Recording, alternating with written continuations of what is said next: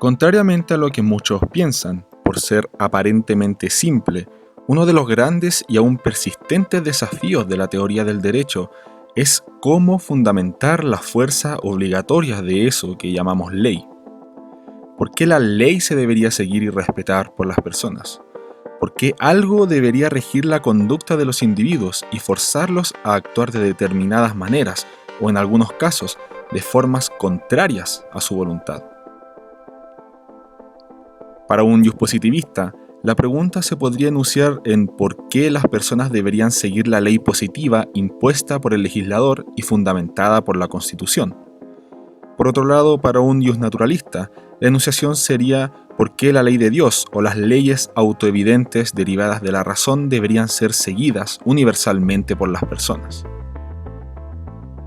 Esta pregunta se conoce genéricamente como el problema de la normatividad, y ha sido uno que se ha planteado transversalmente dentro de muchas áreas y funcionado como espina en el zapato para muchos autores del mundo de las disciplinas sociales, como por ejemplo el derecho, la sociología, la filosofía y la economía. Pero, ¿en qué consiste este problema de la normatividad? Bueno, este problema trata sobre cómo se justifica y explica la normatividad, es decir, sobre cómo justificar y explicar la idea de que se debe o no se debe hacer algo, o cómo la normatividad tiene ese carácter de obligatorio para las personas. En términos de la teoría del derecho, es cómo y por qué la ley tiene la capacidad de obligar a hacer ciertas conductas o a no hacer ciertas conductas, y dónde está el fundamento, la legitimidad de esa capacidad para obligar. En definitiva, el problema de la normatividad en derecho se podría reducir a la pregunta sobre por qué tenemos que obedecer la ley, de dónde proviene la legitimidad de la ley y de dónde proviene la fuente del carácter normativo de la misma. Aquí algunos podrían señalar que la razón por la que se debe seguir la ley y por tanto la justificación normativa última del derecho es la fuerza coercitiva del Estado.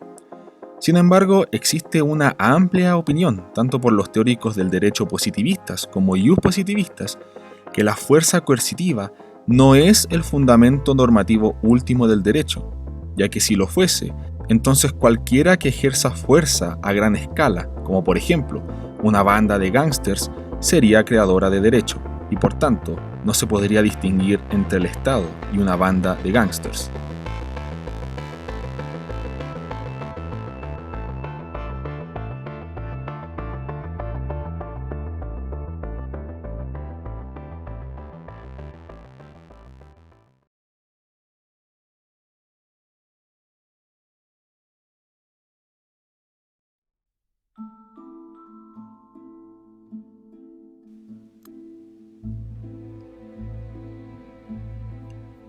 La forma en la que recurrentemente se analiza y se entiende el problema de la normatividad en la teoría del derecho es a través de la llamada guillotina de Hume o el problema del ser y del deber ser, el cual que David Hume expuso en su tratado sobre la naturaleza humana. Lo primero que hay que señalar es que pueden existir dos tipos de premisas: las premisas normativas o las del deber ser, es decir, aquellas que mandan a hacer o a no hacer algo, como por ejemplo, debes respetar los derechos de propiedad, y por otro lado existen las premisas descriptivas o del ser, es decir, aquellas que simplemente describen cosas, como por ejemplo, el día está nublado. David Hume señala que ha identificado un error reiterado en algunos autores para justificar sus ideas, y este error es que pasan de premisas descriptivas a premisas normativas, es decir, derivan deberes u obligaciones de premisas que simplemente describen cosas. Pasan de un es a un debe, de forma casi imperceptible. ¿Y por qué esto sería un problema?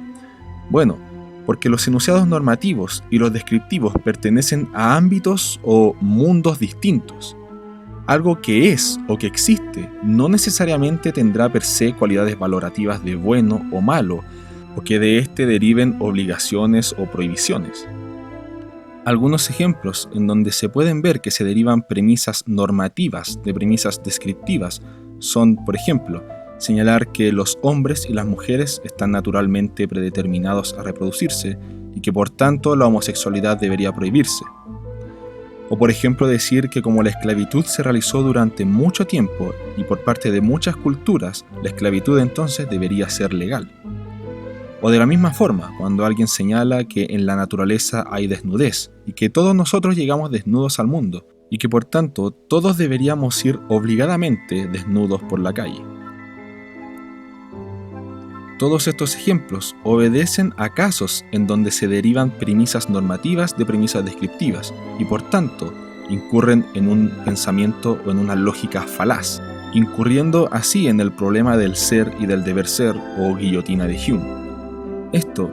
ya que premisas normativas, como por ejemplo señalar que la homosexualidad tiene que prohibirse, o que la esclavitud debería permitirse, o que deberíamos ir obligatoriamente desnudos por la calle, son derivadas así sin más de premisas simplemente descriptivas o que describen cosas, como por ejemplo que la esclavitud se practicó durante mucho tiempo, o que los hombres y las mujeres tienen una tendencia natural a reproducirse, o que por ejemplo hay desnudez en la naturaleza. Así, en todos estos argumentos existen fallos lógicos y por tanto se pueden decir que son argumentos falaces e inválidos. Lo anterior ha sido incluso aceptado e identificado tanto por autores liberales y libertarios que utilizan metodologías más o menos distintas. Por ejemplo, en estos extractos se pueden ver que Hayek estaba plenamente consciente de la existencia de la guillotina de Hume. Incluso el propio Hayek señaló que algunas de las personas que más influyeron en su pensamiento fueron aquellos de la Ilustración escocesa, entre los cuales se encontraba David Hume, y el que dio cuenta del problema entre el ser y el deber ser y por tanto el punto de partida del problema de la normatividad de la ley. También Rothbard, en uno de sus libros más importantes, La ética de la libertad, expone que es consciente de la guillotina de Hume, pero lastimosamente, como vamos a explicar más adelante, Rothbard no logra sortear esta guillotina de Hume debido a que su justificación naturalista incurre en el problema del ser y del deber ser. Podemos también agregar a Hoppe, el cual en su libro Economía y ética de la propiedad privada da cuenta del conocimiento de la guillotina de Hume, y esta es la razón por la que Hans Hermann Hoppe se aleja de la fundamentación justnaturalista de Rothbard. Por último, podemos también ver cómo Stefan Kinsella, al igual que los demás, es totalmente consciente de la división entre el ser y el deber ser y por tanto del problema de la normatividad en la ley. Vuelvo a recordar que el problema de la normatividad, desde la perspectiva de la teoría del derecho, nos dice que el dilema al que se enfrentan tanto positivistas como naturalistas u otras teorías del derecho sui generis es que no porque meramente exista, por ejemplo, un parlamento, una policía, un sistema judicial o personas que simplemente obedezcan la ley de manera ciega, o una organización llamada Estado que ejerza la fuerza coercitiva, o un supuesto hecho social llamado contrato social, significa que del Estado emanen obligaciones legítimas y que debamos obedecer la ley que ellos imponen. En definitiva, ninguno de estos hechos sociales es capaz de explicar la fundamentación y la legitimación última de la ley y de los actos estatales. En esto precisamente es que consiste el problema de la normatividad, ya que debe existir una fundamentación detrás que rebase la idea de que debemos obedecer simplemente porque el Estado tiene el monopolio de la fuerza o porque existe un supuesto contrato social. Esta pregunta también usualmente se la puede ver en los libros sobre teoría del derecho bajo el nombre de la naturaleza normativa de la ley. Es decir, ¿qué es lo que le da fuerza normativa u obligatoria a la ley? Lo cual es simplemente otra forma de enunciar el problema de la normatividad y la guillotina de Hume enfocada para el derecho.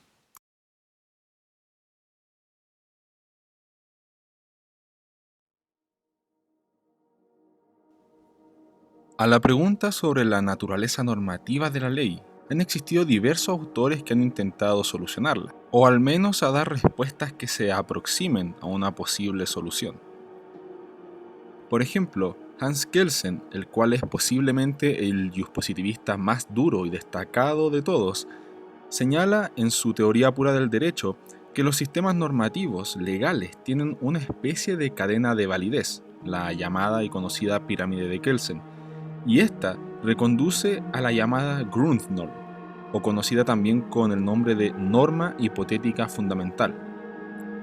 Esta Grundnorm era de donde emanaba todo el derecho y por tanto el fundamento de la cadena de validez de las normas en el ordenamiento jurídico. Sin embargo, la teoría de Hans Kelsen no explica del todo el por qué se debe seguir esa Grundnorm, y aún más, ni siquiera se logra señalar exactamente cuál es esa Grundnorm, es decir, si es la Constitución o el ordenamiento jurídico internacional u otra norma superior a estas. Como vemos, el problema de la naturaleza normativa de la ley no queda resuelto satisfactoriamente en Hans Kelsen,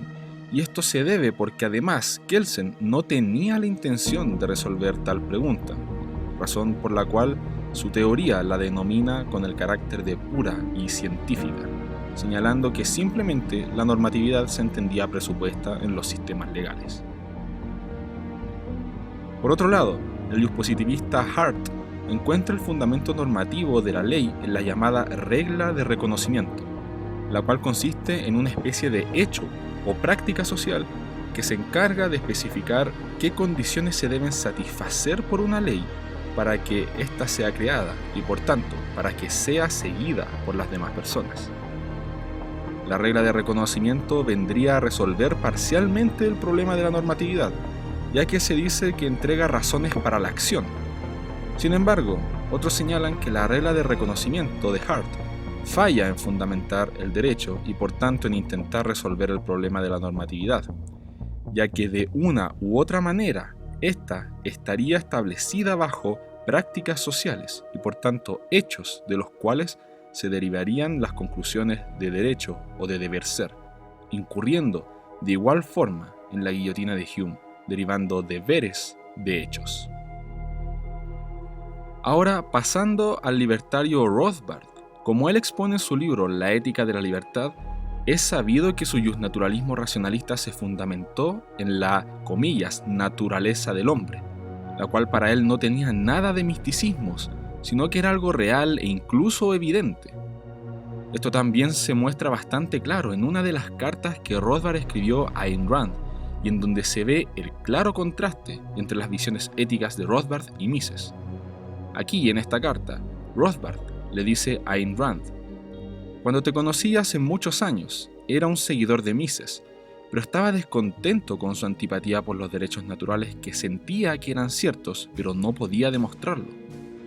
Me introdujiste en todo el campo de los derechos naturales y en la filosofía del derecho natural que yo no sabía que existían, y mes a mes, trabajando por mi cuenta como prefería, aprendí y estudié la gloriosa tradición de los derechos naturales. También aprendí de usted acerca de la existencia de la epistemología aristotélica, y luego la estudié y llegué a adoptarla de todo corazón.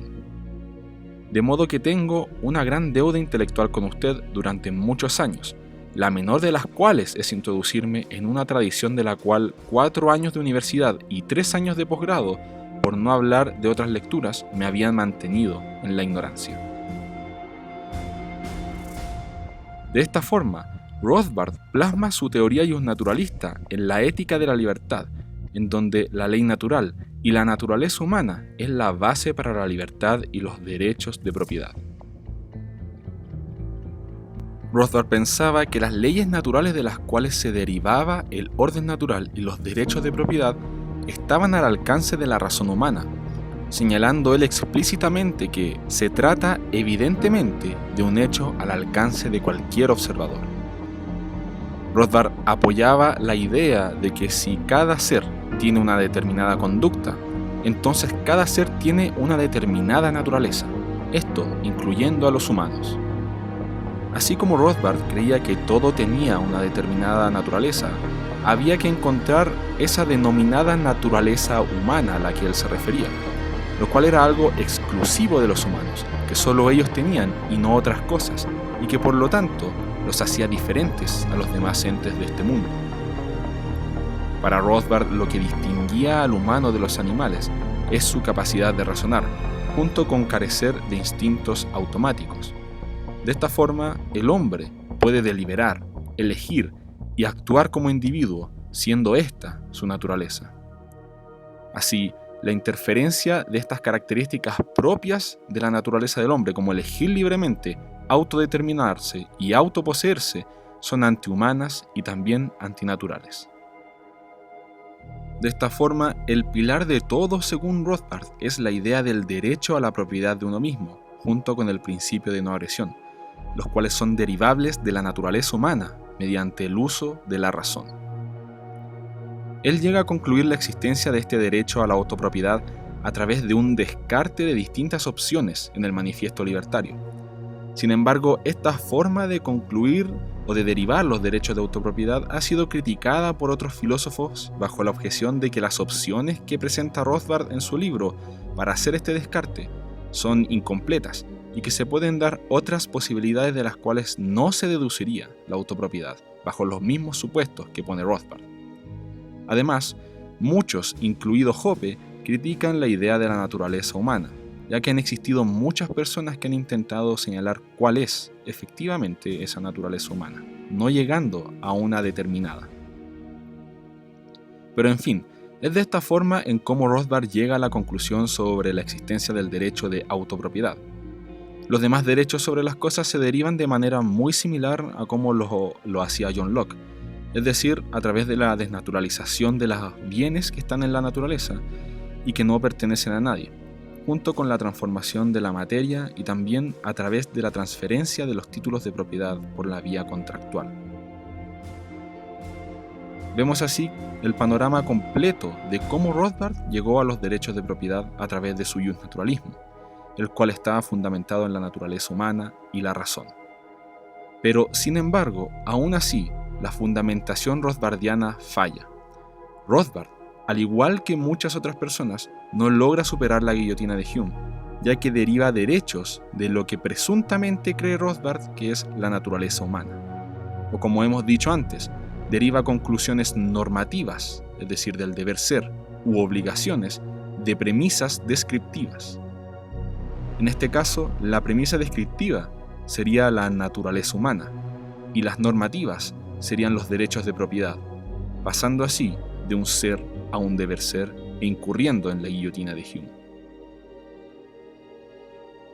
A pesar de la crítica anterior, es importante hacer notar que el prefacio de la Ética de la Libertad señala que si bien esta obra tiene caracteres de filosofía ética, en realidad el objetivo último del libro no es tanto producir una postura ética libertaria, sino que más bien desarrollar las consecuencias del derecho de propiedad privada, la libertad de los individuos y en general lo que se podría llamar la ley libertaria.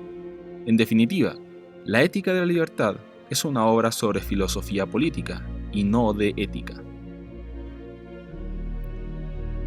Así es como contesto el por qué he abandonado la fundamentación del derecho de Rothbard y en general la fundamentación de tipo lockeana sobre los derechos de propiedad.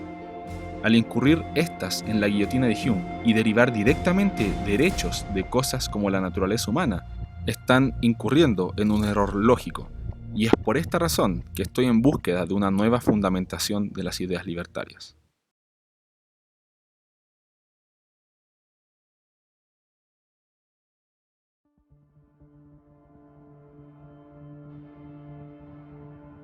Al ver que las fundamentaciones libertarias se han visto frustradas, es que adquiere mucha importancia el alumno más destacado de Rothbard, Hans Hermann Hoppe. Hoppe deja claro que tiene noción de la existencia de la guillotina de Hume, al igual que deja claro que está de acuerdo con que es un error lógico derivar directamente conclusiones normativas de premisas descriptivas, tal como lo hizo Rothbard. Es por esto que se vuelve importante su llamada ética de la argumentación, la cual constituye otro tipo de fundamentación de los derechos de propiedad y por tanto una nueva justificación normativa libertaria. Si Rothbard señalaba en su Ética de la Libertad que la praxeología y las ideas del derecho estaban separadas debido a que el derecho pertenece al mundo normativo y la praxeología al mundo descriptivo, siendo esto un método para la ciencia económica libre de juicios de valor y libre de juicios normativos, al puro estilo de Mises, Hoppe llega a señalar lo contrario, al combinar la praxeología junto con el pragmatismo trascendental heredado de Habermas y Apel. Es así como Hoppe constituye un nuevo acercamiento y forma de tratar al método praxeológico, como también a la filosofía del libertarianismo a través de la unión de las ideas de Mises, Rothbard, Habermas y Apel, pero depurando las conclusiones socialistas de estos últimos. Como opinión personal, en su escrito Una guía sobre la ética de la argumentación de Hoppe, Hoppe hace recordar bastante a los reparos que Rothbard expuso sobre Mises en su carta escrita a Ayn Rand, a saber, el reclamo de Rothbard hacia la actitud algo escéptica que Mises tenía sobre el contenido valorativo y normativo de las cosas, junto con una praxeología enajenada de ese contenido normativo.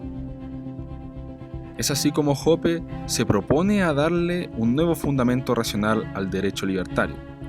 separándose de la tradición del justnaturalismo y aún más constituyendo una ética libertaria, creando de esta forma una nueva fundamentación para el libertarianismo. De forma muy resumida, la ética argumentativa de Hoppe presupone como condiciones para la argumentación el axioma de la acción, ya que el argumentar consiste en una acción llevada a cabo por los sujetos, como también el derecho de autopropiedad, ya que es una condición anterior y necesaria para llevar a cabo el acto de la argumentación. Según Hoppe, cualquiera que niegue tanto el axioma de la acción como los derechos de propiedad caerá en una llamada contradicción performativa por el solo hecho de intentar negar alguna de estas dos ideas. Pero, ¿qué opinó Rothbard de esto? La nueva fundamentación de Hoppe fue muy bien recibida por Rothbard. Inclusive, Hoppe es capaz de llegar prácticamente a las mismas conclusiones que Rothbard, pero presuntamente con una mejor fundamentación. Rothbard, en su escrito Beyond Is and Out, se refirió al trabajo hecho por Hans Hermann Hoppe, señalando que en un deslumbrante avance para la filosofía política en general y para el libertarianismo en particular,